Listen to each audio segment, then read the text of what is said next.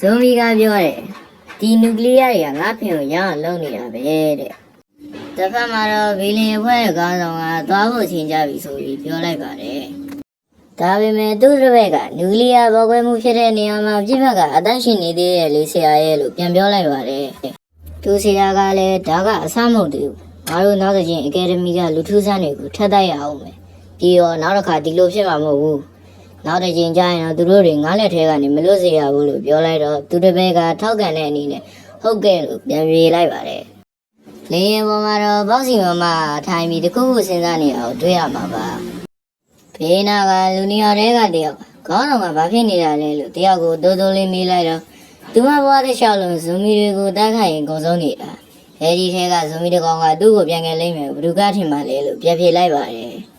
အဲဒီအချိန်မှာပဲကောင်မလေးတယောက်ကဘောက်စီမမကြီးပြေးလာပြီးခေါင်းဆောင်နားလည်ဖို့လွဲနေပြီထင်တယ်သူကဖုတ်ကောင်မဟုတ်ဘူးသူကမကြသေးခင်ကနာမည်ကြီးနေမျက်နှာဖုံးနဲ့သူရဲ့ကောင်းပဲငါတို့အတီးပြူပြီးပြီသူကဒီမျိုးထဲမှာမျက်နှာဖုံးထပ်ပြီးနေထိုင်နေတယ်သူရဲ့တရုတ်မှန်ကိုဖုံးဝဲပြီးတော့ဘောလို့လာပြောတော့ဘောက်စီမမကကြောင်တောင်ဖြစ်သွားပါတော့တယ်အဲဒီအချိန်မှာပဲဇွန်မီကမျိုးထဲကိုဖေမြောင်ကြီးနဲ့ဝင်လာပါတော့တယ်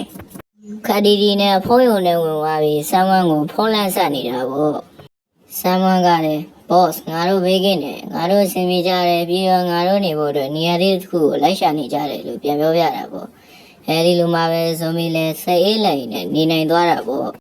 ဇွန်မီကလည်းအဲ့ဒါကောင်းတာပေါ့မင်းတို့အခြေချဖို့နေရာလေးရပါရင်ငါမင်းတို့စီလာတွေ့မယ်လို့ပြန်ပြောပါတယ်ဇွန်မီကလည်းသူနေတဲ့တိုက်ခန်းကိုပြန်သွားတာပေါ့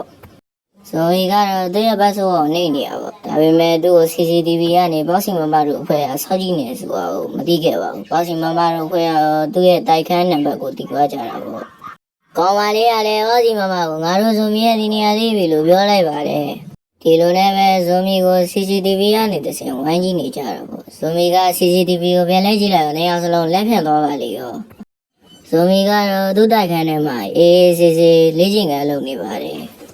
သူဘောင်းပါရဲ့ဓာတ်ပုံကိုကြည့်နေပြီးငါဘောင်းပါရဲ့အခြေချကိုနေရာလေးရပါစေလို့ဆူတောင်းနေတော့အဲဒီအချိန်မှာဘောက်စီမမကစတိုင်ကြကြနဲ့တကားကိုကန်ပြီးတော့ဇွန်မီရဲ့အိမ်ထဲကိုဝင်လာပါတော့တယ်ပြီးတော့သူတစ်ပည့်တွေကိုဇွန်မီရဲ့အိမ်ထဲမှာရှိတဲ့ပစ္စည်းတွေအကုန်လုံးကိုယူလာခိုင်းတာပေါ့ဇွန်မီကလည်းမင်းတို့ကဘယ်သူတွေလဲမင်းတို့ဘာလုပ်နေတယ်ထင်လဲငါရဲတန်လိုက်မှတော့လို့6ပင်မဲ့ဇွန်မီကိုဘယ်သူမှဂီးမဆိုင်ကြပါဘူးအဲဒီအစားဘောက်စီမမကစာရဲတရွက်ကိုထုတ်ပြပြီးငါတို့ကဟီယိုကျောင်းကလာတာမင်းကိုငါတို့ကျောင်းကိုခေါ်ရမယ်ခုမင်းကငါတို့ကျောင်းရဲ့အဖွဲ့ဝင်ဖြစ်သွားပြီလို့ဘောက်စီမမကဇွန်မီကိုပြောလိုက်ပါတယ်ဒါနဲ့ပဲဘောက်စီမမကသူတစ်ပည့်တရားကိုဇွန်မီကိုခေါ်သွားခိုင်းလိုက်ပါတယ်ဇွန်မီကလည်းငါ့ကိုအချိန်ခဏလောက်ပေးပါလားလို့ပြောရင်းနဲ့